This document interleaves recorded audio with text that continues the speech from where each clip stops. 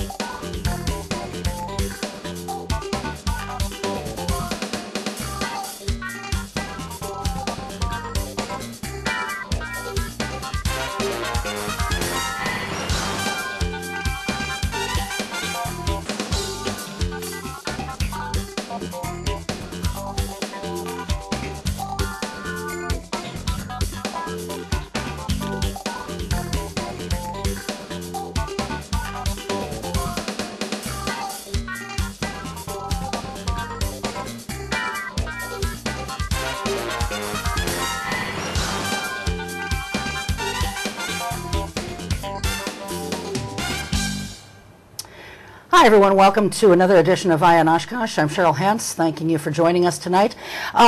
We may be taping this in the middle of summer, but there are a slew of candidates running in elections that will be coming up in November with a primary in August. And this evening we're starting a series of interviews in conjunction with The Scene magazine, where we will be interviewing the candidates, the ones that we can get on the show anyway.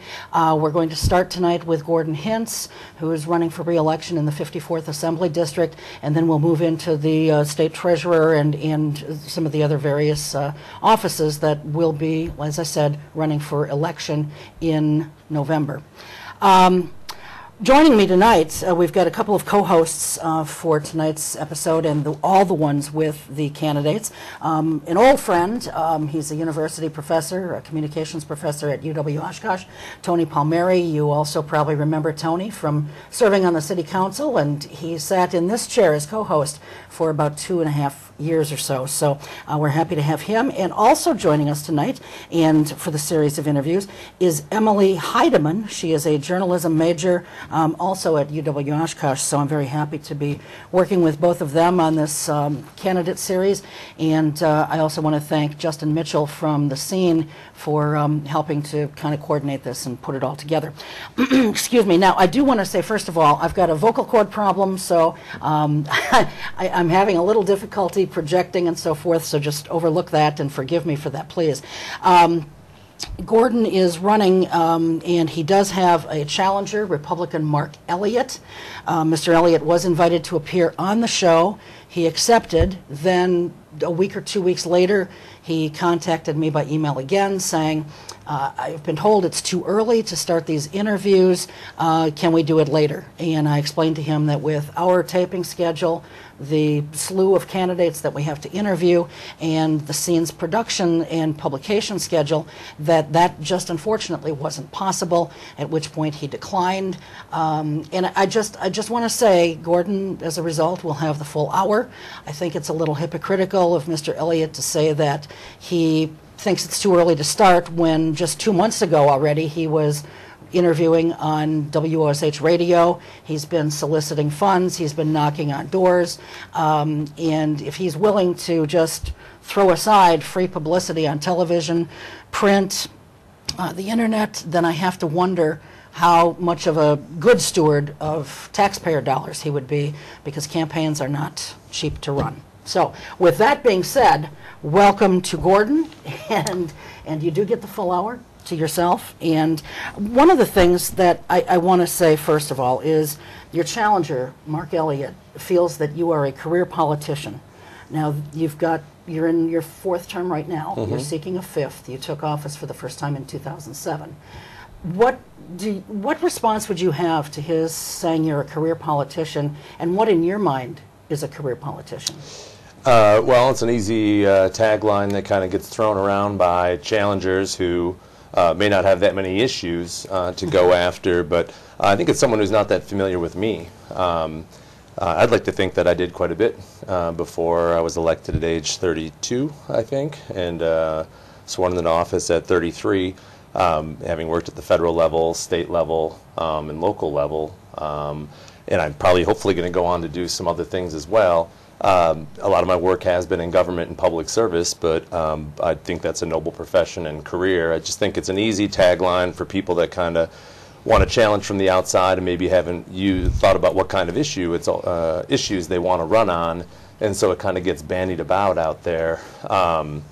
But I feel like I've done my best to be involved in the community and certainly in touch with what's going on.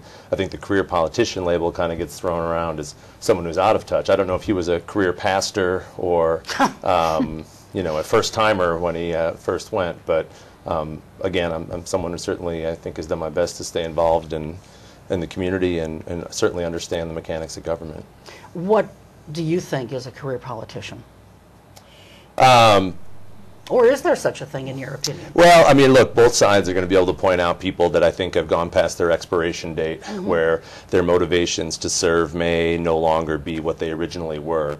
And the reality is, your perceptions change based on your experiences there. I mean, there are some parts of the job, and the majority of it, that I get motivated to do every day. It doesn't mean that there aren't frustrations that I could do without. But there are some people, I think, that they couldn't live without whatever it is. I think Charlie Rangel in New York is certainly someone who seems to kind of keep hanging on, gutting out another election where you're not sure necessarily why. People that stay in office but aren't, working that hard. And the reality is, as long as I'm there, I'm going to continue to get up every day, to answer the phone calls, to answer the mail, to do the people's business, to take the meetings, to do what it takes to effectively represent. And to be honest with you, when I don't want to do that anymore, I'm not going to do it. So once you've quit doing the things that I think are essential for the job and you're just mailing it in, maybe that's more of a career politician, but I think that is more of a label from someone who's maybe not that familiar with me and the work I've done. Okay. We've got a lot of questions about Act 10, same-sex marriage, so I'm going to give my voice just a moment of rest here and let Tony take over from here. Well, why don't we start with Act 10, Okay. since you mentioned that. That was the governor's budget repair bill when he got into office. I know that you opposed it, along with, I believe, pretty much every Democrat in the legislature. The governor obviously has made it clear nothing in Act 10 will be reversed, especially the restrictions on collective bargaining. What is your stand, and especially as a member of the Democratic Party, which will probably remain in the minority, at least in the Assembly, after these elections, what would you like to see happen with Act 10 at this point? Yeah, I mean, I think it deserves re-examination. Obviously, we're not going to repeal Act 10, probably given the makeup of the legislature, but that doesn't mean that we're on cruise control. I think one of the mistakes that has been made is we kind of made this one-time decision and that these tools are available permanently, and we're starting to see some real fracturing as a result of Act 10, especially again at the school district level, where there is no incentive for teachers to want to remain with the district, and so we're seeing massive turnover in our educators at the Oshkosh Public Schools, where they have the ability to earn more in other districts, largely based on the state finances and the state situation, whereas they may have stayed here because of the benefits and the seniority. Same at the local level, because of the split between public safety and other employees. We're seeing real problems 3 years into things that are related to those decisions. And if we're not going to repeal it, we need to revisit it. Well, if the Democrats took majority and you had a governor, Mary Burke, would you completely repeal Act 10? We'd restore collective bargaining rights, absolutely. And there's no part of Act 10 that you would keep in place? Not that I can think of. I mean, the reality is, I think if you look at the cost benefit of what we have now versus what we had then, we had to deal with the healthcare costs. I think everybody understood there were ways to do that didn't have to go to the nuclear option that kind of, created a lot of the problems that we have today. And I think it's, just from a workforce standpoint, we're seeing a lot of issues related to morale that remain unaddressed, and I don't think anybody can look back and say that it was worth it. Okay, Emilie. Oh, I'm sorry. No, I just wanted to kind of tag team on that a little bit. Can you talk about some of the morale issues? And, when we look at corrections, for example, the safety issues that have come about as a result of Act 10? Yeah. Well, just, the turnover alone, I just was talking to someone at the farmer's market I had set up a table and just did office hours, and Yeah, he's saying it took him 10 years to get a first shift, right? I mean, this was a desirable place to work. People would transfer within the system because we had a first-class operation here where employees were, involved in decisions, and of course, everything from safety protocol to, when stations break down, how the sort of the order of everything was, the employees were directly involved in those things. So there's that issue where they no longer feel that they have a direct voice in the say of their own working conditions. But because it's no longer a career, because you've had a lot of retirements, because we've seen the workforce turnover, that the gentleman the other day said it took him 10 years to get working second and third shift before he got a first shift, and he said that they had a brand new guy, on first shift already. So we're seeing sort of the churning out there, and new bodies taking care of. Usually you try to balance your workforce out, and you've got senior members, and I think in a lot of cases it's just not being viewed as a career. But in those positions like that, where we ask a lot, of people, I don't know how many people would want to spend that kind of time in working in those kind of facilities day after day. It's changed things, and we had a lot of issues at Winnebago and the Wisconsin Resource Center related to forced overtime and other issues related to staffing and turnover that we were just starting to deal and correct, and then Act 10 happened. And, just from a compensation standpoint, it led to a loss of a lot of people that were probably doing it because it was a stable job. Emilie?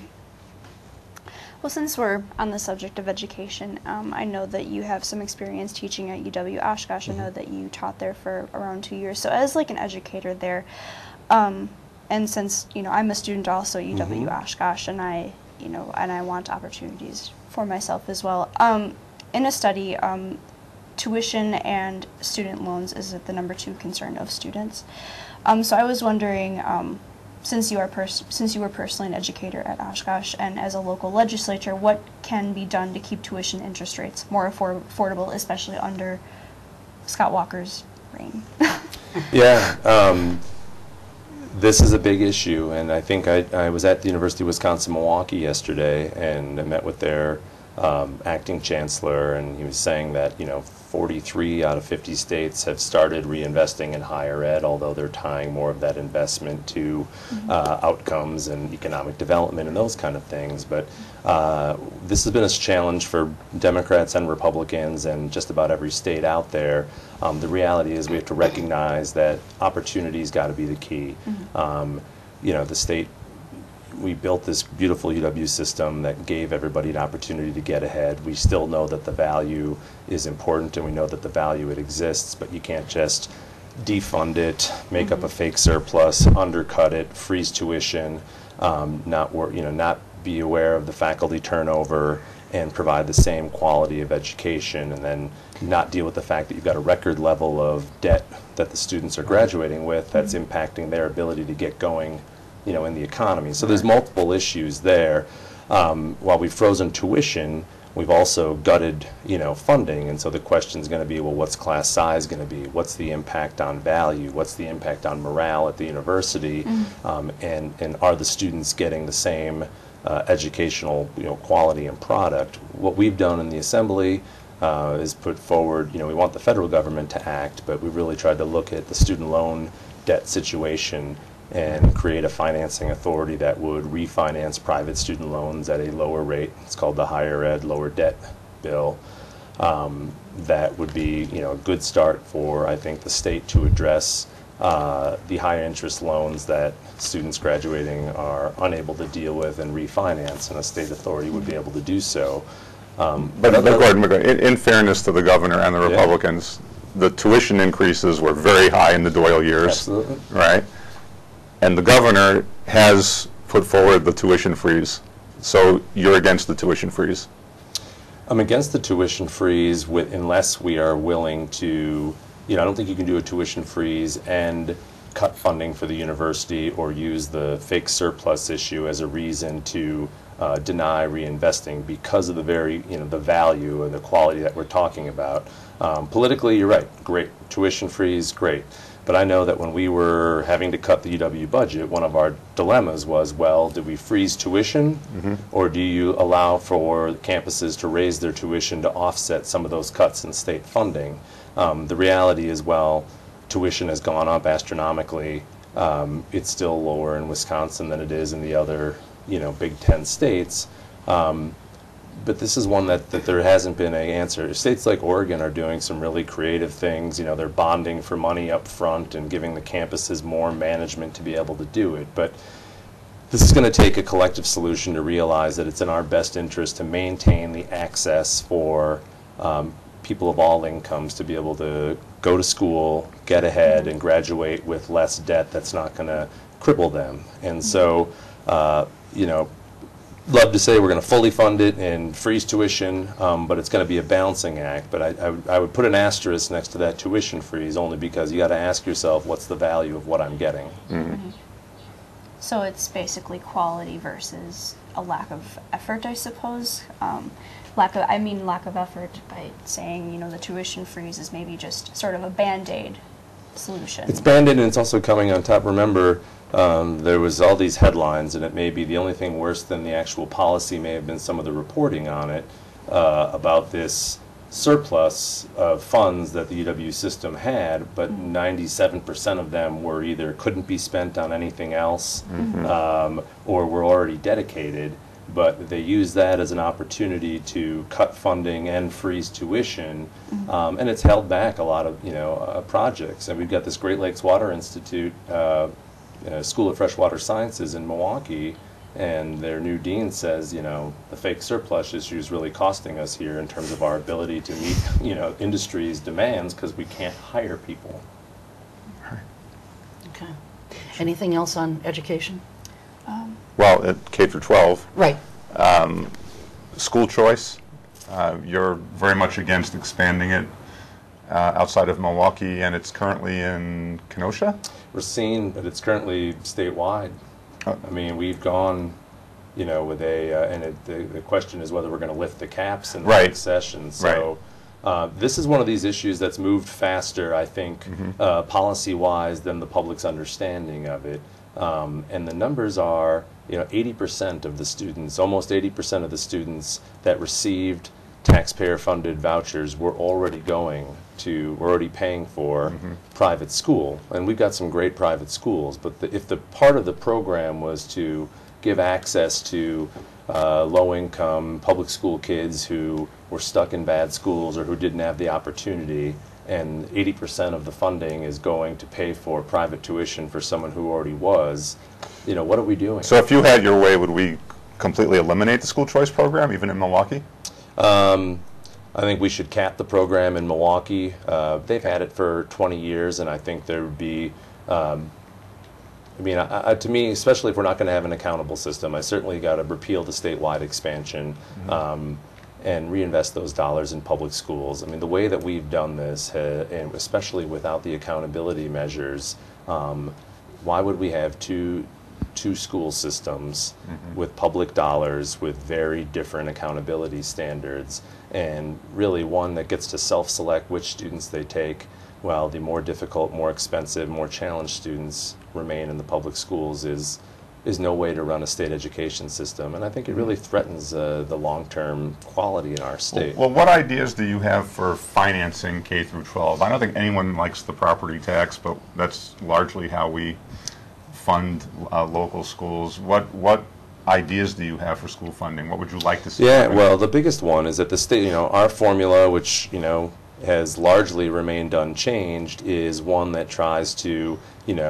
equalize property values. If you're a property poor district, you get more money. If you're a property rich district, you get less state aid. But what we're not doing is looking at the fact that, the biggest education indicator is poverty. There's a direct correlation between poverty and educational outcomes. And I don't know how you weight those factors, but whether it's free and reduced school lunch or other things that we use, but we got to try to recognize what the true cost of educating certain students are. I don't know how much. We have something like 150 homeless kids in the Oshkosh district. Now I don't know how much more it costs to challenge someone who doesn't know necessarily where they're going to be going at night, but the challenges are more, and our formula doesn't make that distinction between two students, with those weighted factors. And this isn't just an urban issue. We have big issues in rural areas with a very high concentration of students in poverty. And that's really what's, our education policy is really out of sync with what's going on the ground. If you talk to educators and you talk to superintendents, the discussion in Madison, whether it's the expansion of school choice or a formula where we're trying to get funding to keep property taxes low, isn't really what is, what we're dealing with on the ground. And so I would like to see, state dollars invested in public education, but that really reflects more what the true cost of educating children is in those areas. It's always going to have some discussion of what the impact on the property tax levy is. We're probably always going to have property taxes involved in school decisions. I would ask this to your opponent if he was here too. Would you support a 0.5% or a % increase in the state sales tax just to go to education? We had that proposal. They had that commission before I was in the legislature that looked at it. It would really depend. I mean, when things were in the recession, I'd asked my constituents, would you support a 1 cent increase in the sales tax and then use a portion of that money to lower property taxes? And there was some support out there, just because I don't know how much I paid in sales tax last year, but everybody knows how much they paid in property taxes last year, and that on paper seemed to be more understandable for people. I mean, the reality. I try not to deal with hypotheticals if they're not going to become reality. I certainly support additional investment, and if that would be to have a 0.5 cent sales tax increase, to get a dedicated source, then I'd be open to looking at that. Okay, sure. Well, and with a sales tax increase as opposed to a property tax increase, it's much more evenly spread. It's not just putting it on the backs of the property taxpayers, because everyone's going to be kind of sharing the burden a little bit. So. I want to talk about Obamacare for a moment. We're in the midst of Obamacare now, more legally known as the Affordable Care Act. And yet, I still think that a lot of people, if you talk to them, one of the biggest concerns they have is health care coverage, whether it's that they don't want to pay for it because it's just cost prohibitive for them, so they're willing to just take the risk of getting a slap on the wrist and a fine being assessed against them for not having coverage, or they've got coverage but it's lacking, they feel, in some area. Whatever the case may be, you talk to people, and health care and health care coverage are some of their biggest concerns. Where do you feel that we are at from a coverage standpoint? Do we have most people in the state covered now under something? Well, Wisconsin's always had a higher rate of people insured, and so we had fewer people to try to cover ultimately than some of the states that were really going to benefit from the Affordable Care Act. But the news came out today, because we didn't take the federal expansion dollars, that the 90,000 people that got kicked off of their Badger Care, that only 30,000, I think it was, enrolled in the federal exchanges, and we don't really know what happened to the other 60,000, but I think it's safe to say that many of them simply are going without insurance now. So one of the big things is we missed an opportunity to insure the people that were most vulnerable and that were most likely to not be able to afford health insurance, and that's a missed opportunity. So that's something that we could control. I think this is always going to be one of these things where, annually we're going to have to look at, what's happened to cost, what has happened to access, and what's happened to quality, and those are, we're going to be talking about it next year and the year after, whether the Affordable Care Act is fully implemented or not. But from a Wisconsin standpoint, we certainly could be doing better on affordability and access had we taken the federal Medicaid expansion. Well, on that point, I think a lot of viewers probably know what transpired there, but for those who don't, give a little background or history on the fact that Governor Walker refused and sent back federal aid, and also can you tell us precisely what Obamacare has done to Badger Care? Sure. Well, while not an expert, the two big decisions for each state was whether to develop their own state health insurance exchanges to allow their private health insurers to compete, to become, providers for everybody to choose from, or to allow the federal government to set up those exchanges. And on the first decision, we punted to the federal government, despite the fact that we've got a pretty competitive private insurance market and the insurance industry really wanted to be involved here. The second decision was the federal government was going to pay for 100% of a Medicaid expansion to cover all people below a certain income level, and that would have covered childless adults in Wisconsin that had previously weren't covered, since Badger Care only covered parents with dependents. And the goal of that was, you know, these are the people that are going to most struggle to be able to afford insurance in the private insurance market. And so, you know, the goal was, this is how we're going to cover these people. It was reckless from a financial standpoint because we missed an opportunity to draw down federal government dollars to be able to cover these people, meaning we're going to end up paying $300 million in state tax dollars to cover 90,000 fewer people. So that money comes from the university, comes from other things. The hospital industry said it's going to cost about 10,000 jobs because we're not going to have these people covered in insurance, and we're going to have to kick 85,000, 90,000 people that were covered off, because what the governor did was lower the income threshold but then cover the childless adults. So there are parents with kids who go just above that who will no longer be covered. And you know, my fear is that the decision was made because the governor's running for president and wanted to say, look, I opposed Obamacare so much that I didn't take this. But, you know, we had Republican governors in other states who took the money. You know, if the money wasn't going to be there in a few years, we could always change it. You know, we seem to be able to take federal transportation dollars without having any problems. We just didn't want to take it in this case. And I think in my time in office, this would go down as one of the most short-sighted decisions. I mean, even some of the Republicans questioned why we would ultimately do this, you know, from a healthcare access, from a cost, and from an economic standpoint. It was a really bad decision. Well, correct me if I'm wrong, but didn't Governor Walker turn back the money because I think in large part he felt that Obamacare was going to get overturned, if you will, that he didn't feel it was legal and therefore it wasn't going to happen.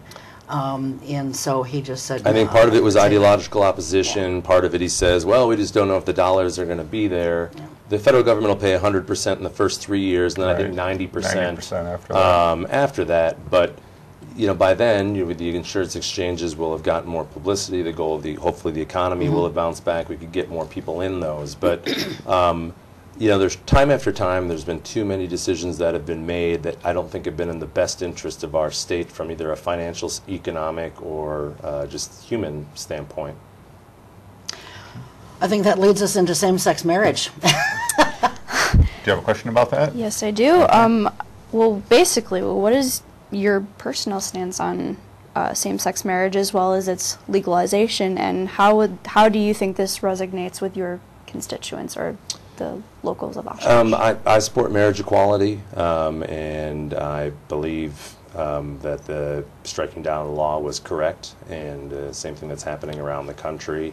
And it's my hope that in the near future we'll get resolution on that. You know, and I think most people are comfortable with that. I think in Wisconsin especially, while I was disappointed with the vote a few years ago, I do feel like we've gone through the change that a lot of other people have, and I feel like we always respect each other's privacy a little bit more here, and love who you want to love, and certainly you're already seeing the changing, there seems to be, if you're opposed to it, those people are very quiet, especially politicians. Mm-hmm. Well, we seem to be spending here again a lot of time and effort and money chasing after trying to hold on to this one marriage or one man, one woman concept of marriage when so many other states have either made it legal or it's been overturned or whatever. And by God, Walker and his attorney general they're hell-bent on going forward with this. And let's face it, it's going to eventually become a reality.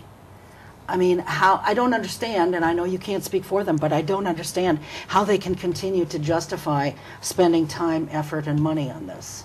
I would have to second that. It's almost as if it's to distract from something else, like a real agenda. Yeah.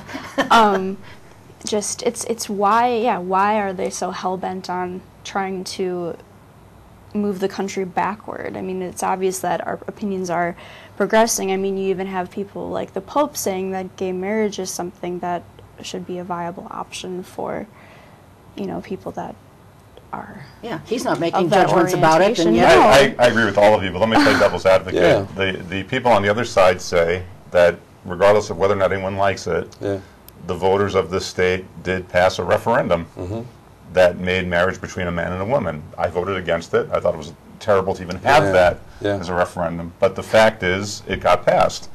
I know that Democrats generally don't like it when judges overturn settled law, but in this case, people seem to have no problem with it.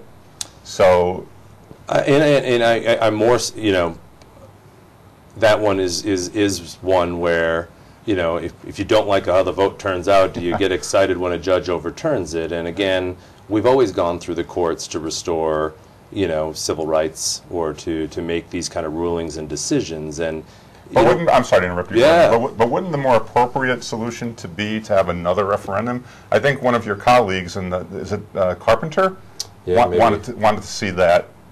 Wouldn't that be a way to go back to the, I mean, again, I don't think these issues should be settled by voters, right, civil rights and whatnot, but wouldn't it make sense to have a referendum overturned by another referendum, since you seem to think now the majority of voters are on your side in this issue?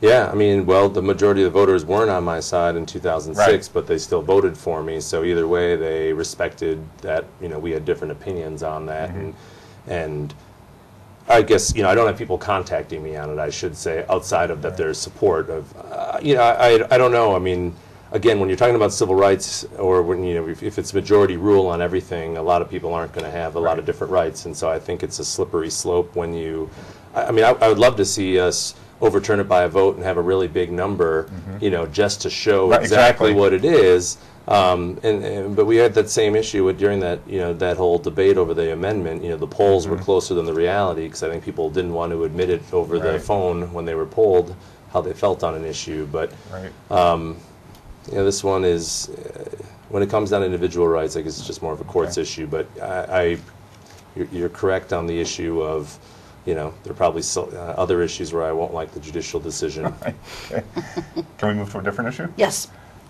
Minimum wage, Gordon. The governor and the Republican legislature have made it clear that under their watch they don't want to see a minimum wage increase. Do you support a minimum wage increase? And if you do, what should the minimum wage be? Should it be as high as $15 as what they just passed in Seattle, or would you like to see something lower than that? What should it be? You know, right now I support going to 10-10 in the next 3 years, and then indexing it to inflation. This is one of the big issues, I think, to debate this fall and in general, and seems to be one of the biggest differences on how we view the economy. You know, there's been a lot of attention, you know, economics professor Kevin McGee's focused on the fact that one of the big challenges we've had in Wisconsin in our economy is bad consumer spending, and of course the public sector has much less money to be able to spend, but so do low-income workers, because a lot of the jobs that we've added are low-income jobs, and they're permanent jobs. We have more than 250,000 people in Wisconsin that make the minimum wage, 80% of them over 35, and we haven't had an increase since 2005, I think, in the state, and the reality is it's worth so much less than it used to be. These are kind of a lot of the jobs that we're going to have. The best way to stimulate the economy is to put money in people's pockets and have them spend it. And we've seen time after time in the states and in the individual municipalities that have increased the minimum wage, none of the negative effects really come to bear, but the economy does receive a boost, because people usually that make minimum wage spend all of their money. And, you know, there's been some pretty unlikely supporters. I mean, Mitt Romney supports increasing the minimum wage. The head of CEO of Culver's in Wisconsin supports a 10-10 minimum wage. You know, to me, we keep chasing these different policies and hoping that they're going to have some economic bounce. But we've got this proven measure that the majority of the public would get behind, and that's certainly what I want to push this fall. Well, I would hope that Culver's would raise their own minimum wage to 10-10 before government does anything. But so the state chamber of commerce and the local chamber of commerce, you believe, are just wrong when they say that increases in minimum wage cost jobs? Right. I mean, look, I've taken microeconomics and I've seen the curve. It's just that it's not what we see when it plays out. For instance, I think in San Francisco, they raised their minimum wage 25%, and, food costs went up 3%. But you know what else happened? Turnover was far less. They had to spend less on training and other things because these jobs became viable jobs. Okay. It's not going to solve all the world's problems, but the benefits outweigh the costs, and I think could stimulate our economy when we want to get more consumer spending. Can I ask one more question on this, Sure, Cheryl? absolutely. I believe in Wisconsin, thanks to what the legislature did some years ago, localities cannot raise the minimum wage. Yep. Is that correct? Would you support overturning that so that the city of Oshkosh, for example, if it wanted to, would be able to raise its minimum wage? Yes. Yeah, and I was just thinking about that decision the other day. There seems to be less local autonomy, but Right. I remember they raised the minimum wage with the Republican legislature in 2005, but the caveat was that they gave up the ability on the local control Exactly. issue, and that one is really standing out now, given that we might have communities that cost more to live in that might be in better position to raise Exactly. the minimum wage, and maybe that was not a good trade at the time. But look, state of Michigan, Republican governor, I think mixed legislature, they're raising the minimum wage. Other states are going forward.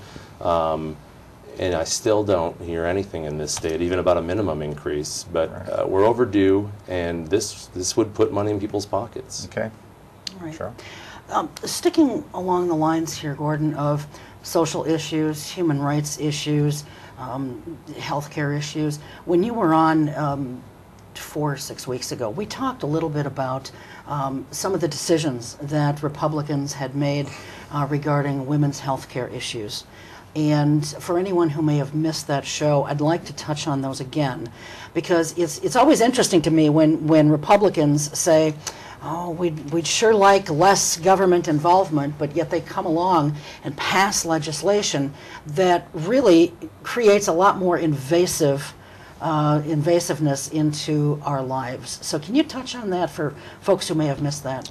Yeah, it's not been a good 4 years for women and reproductive health in the state of Wisconsin, and one of the bills that's also kind of being held up in the courts relates to the requirement to have a mandatory transvaginal ultrasound, and even though the medical society and the doctors said this is not a necessary medical procedure, this is something that we don't do. This is something that male-dominated legislator and male governor is going to force upon women in the state to go through a very personal decision and choice with their doctor. That's something that's awfully tough, as a way for them to, I guess, appease the anti-choice, people out there, and that's pretty offensive. The other part of that bill had to do with the admitting privileges. For all the fights that we have in this country that are on a very personal, sensitive issue, the fights really have happened in the states, and the attacks on reproductive health in states like Wisconsin have made it pretty hard for a lot of people to get access to what is a legal service by either discouraging doctors or practices from able to have shop. But the admitting privileges part of it would require any doctor who is conducting abortions to have admitting privileges at that hospital, even though we don't require that for any other medical procedure again. So it's really a cynical attempt to subvert something that's guaranteed at the federal level, and that's why it's being held up in the courts. But you have to ask for something that is very personal, that should be made between a woman and her doctor, why time after time the legislature keeps intervening in these issues.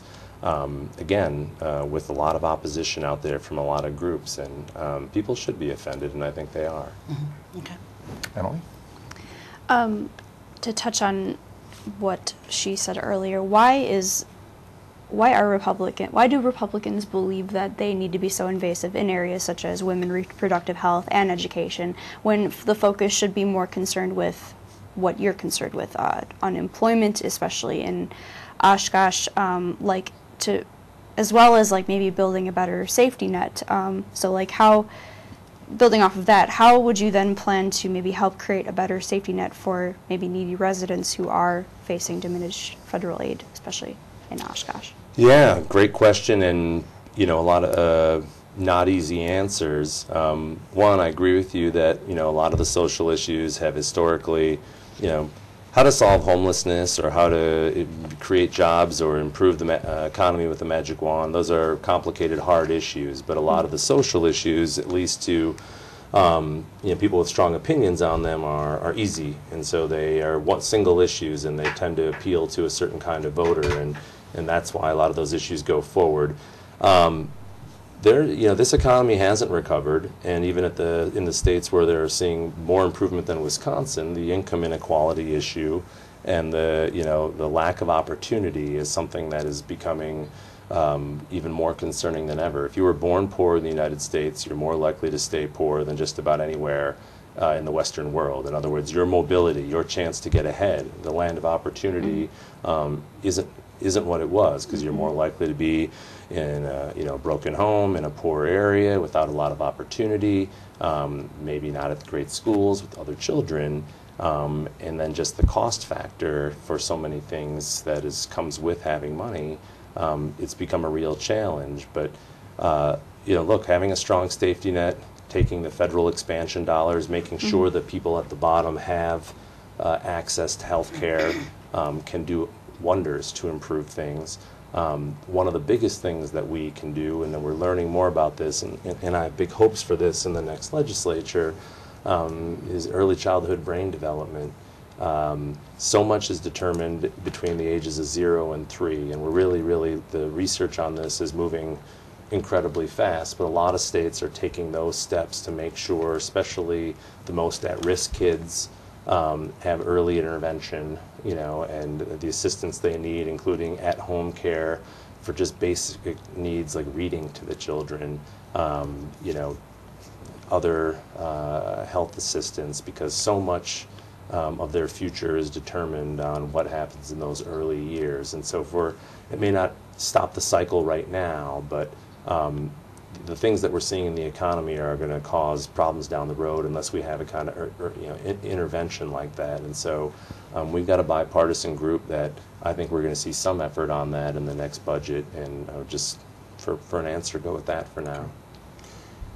I'm going to move back to economic development, Gordon, because I know that you believe that this is a core issue for the Democrats this year, right? I read recently that the state gave the Plexus Corporation $17 million in tax credits, and then Plexus proceeded to lay off 163 workers whose jobs were outsourced.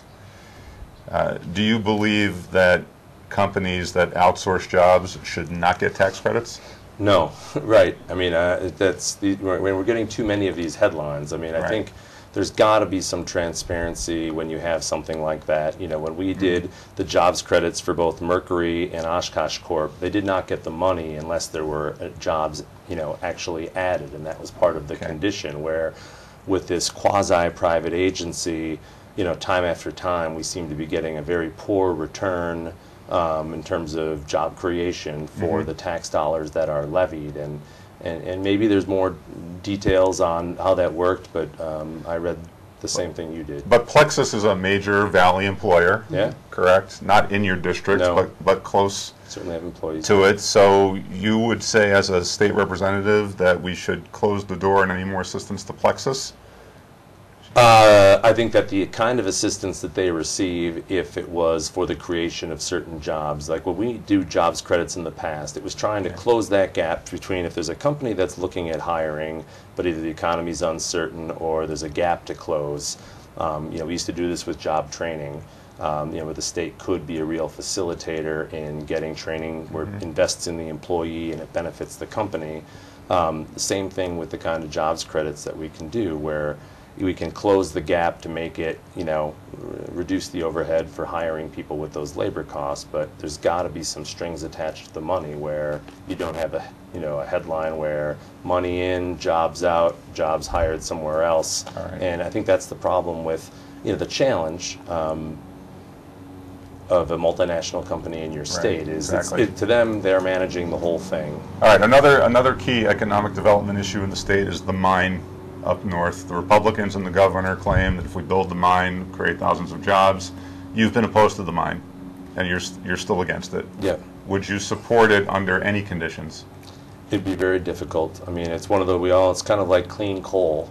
You know, it's sort of, there is no environmentally sensitive mining that can go on. And if, but certainly if we're going to do it, let's make sure we have a process in place. I went up there to visit. It's 20 miles from the Lake Superior, and it's in that, all the water flows that way. Right. You're talking to the scientists up there, and it may not be economically viable outside of, Right. They may, for 50 years this has been there. Right. And when U.S. Steel originally tested it, Right. they said it's not cost effective to extract this out of there. And so, but I think there's too much to risk. It's a very pristine part of the state. And in 2014, while we are going to have steel needs, it seems to be chasing yesterday's industry. But what would you say to critics who claim that the Democrats are now in a position where they are saying no to pretty much every initiative coming out of the Walker administration and the Republican legislature, but you're not putting forward an affirmative agenda for economic development and growth? Well, I'd say that we are putting forward. I mean, All I'd right, say so the for minimum example, wage increase would be more effective than just about anything they've proposed. Even in that area of the mine that is a really depressed area, Sure. minimum wage increase by itself? would do No, it? but I mean, you have to remember we had an alternative bill, and it even had Dale Schultz, a Republican sponsor, as a sponsor, Right. as a compromise bill that didn't write a set of just carve out rules for a single company to be able to do it. I mean, that's what we were doing with allowing for the filling in of wetlands and really just giving them carte blanche to do whatever they do at the expense of water quality and air quality, not to mention the Bad River tribe up there.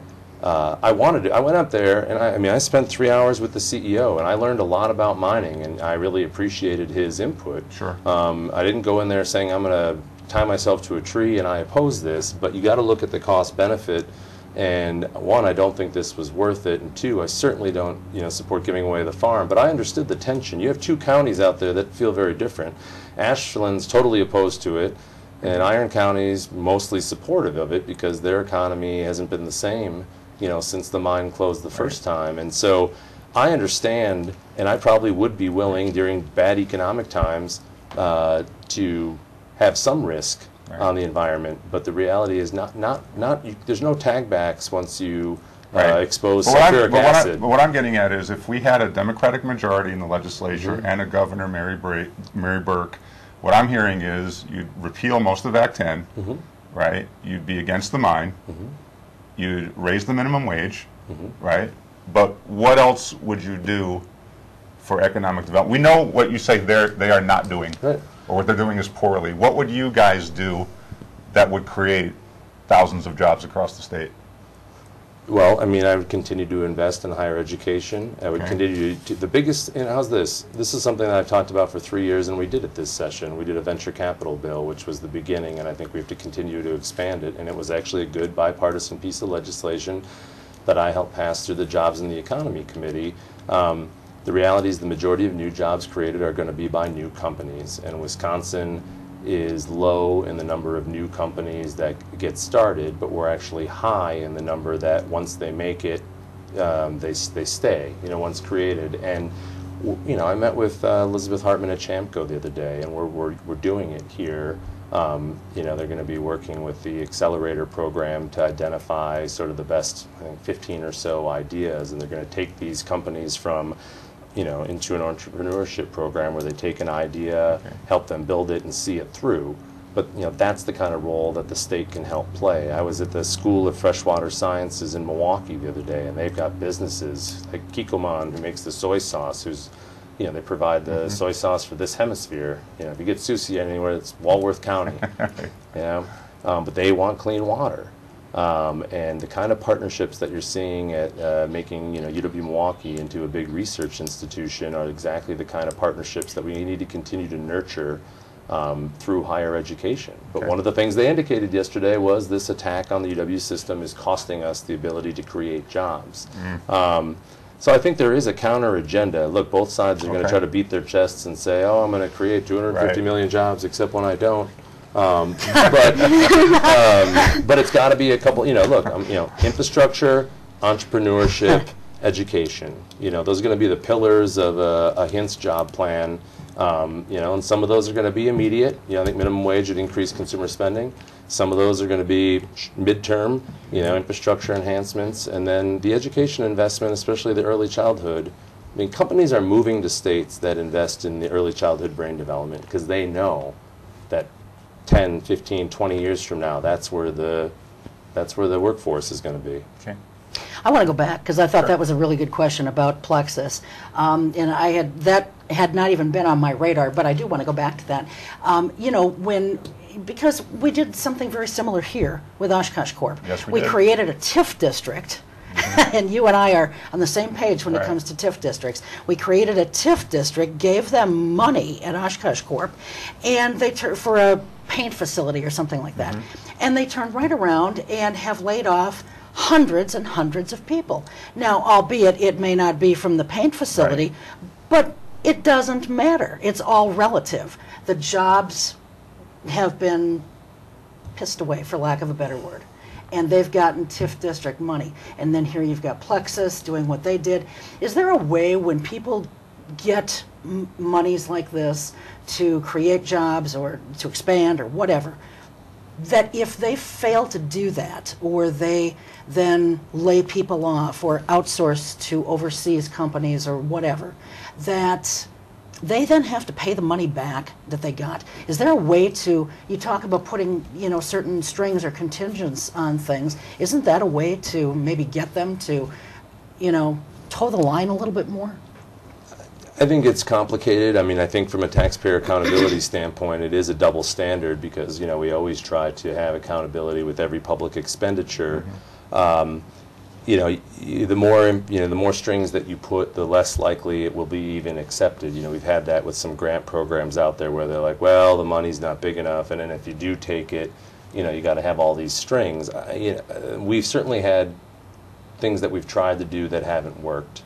And I think there's always going to be some part of that. And I don't know all the details on the Plexus situation other than the initial story. And when you got a big company, you don't know if you're talking about the same dollars or not. I know that when we got the FMTV contract and the state chipped in and the city chipped in, that came at the bottom of the recession here. And we added jobs for 5 years. I've asked about the E-Coat facility, and they are marketing it for other purposes. And because the council at the time said, well, are you guys building this? What happens when it now happens?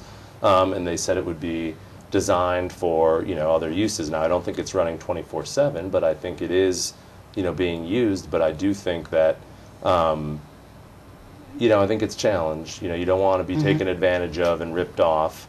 And the problem is, remember when Mercury was threatening to leave, they play states against each other. They'll say, well, we'll go to Oklahoma unless you guys redo the contract. And you raise your sales tax and get, like they did in Fond du Lac, and the state gives money. And so it's a challenge. And I think there are some things in the economy that are out of employers' hands where you don't like it, but sometimes the factors are beyond their control, and it's hard to just say, I would say, like all things, the world is more gray than black and white, and that might be another area. How much are we in the state of Wisconsin using tax-free incentives to get businesses to come to the state? I know a lot of states are doing that, and the one that comes to mind right offhand is New York State, because you see it on TV all the time, where they're waiving taxes for, I think, 10 years to get businesses to come there. Are we using that tool very much in Wisconsin, and if so, why not? Well, I don't think quite like that. With property taxes, we've got a uniformity clause where we can't do that. We can give credits and those types of things to buy down the property tax. And I think, the Wisconsin Economic Development Corporation has tried to have more freedom, perhaps, than Commerce to, leverage dollars and assistance in a variety of ways. But it's never been our model in the past to go after the big companies. I think Oshcorp was a big example when they got that contract from another state. But you've seen states throw money at Dell and even auto plants. Hundreds of millions of dollars to get them to locate there.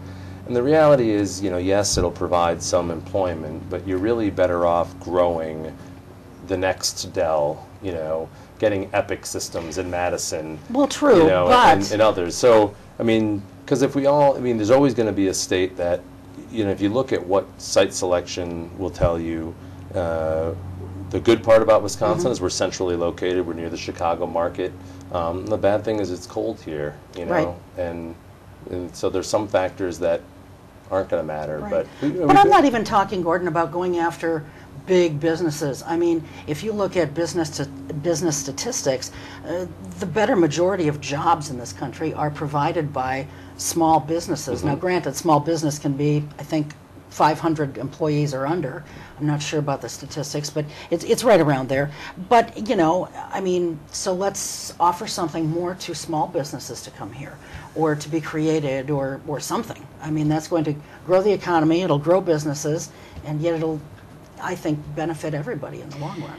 Building off of that, it would also restore maybe smaller communities, because I'm from relatively a small community, Beaver Dam, Wisconsin, and I've seen bigger businesses come into the city, and it just completely drove all of our small businesses out of the water. I mean, it used to be, listening to stories that my dad has personally told me, it used to be, our downtown used to be booming, and now it's just, for lack of a better word, a wasteland, just because everything is moving.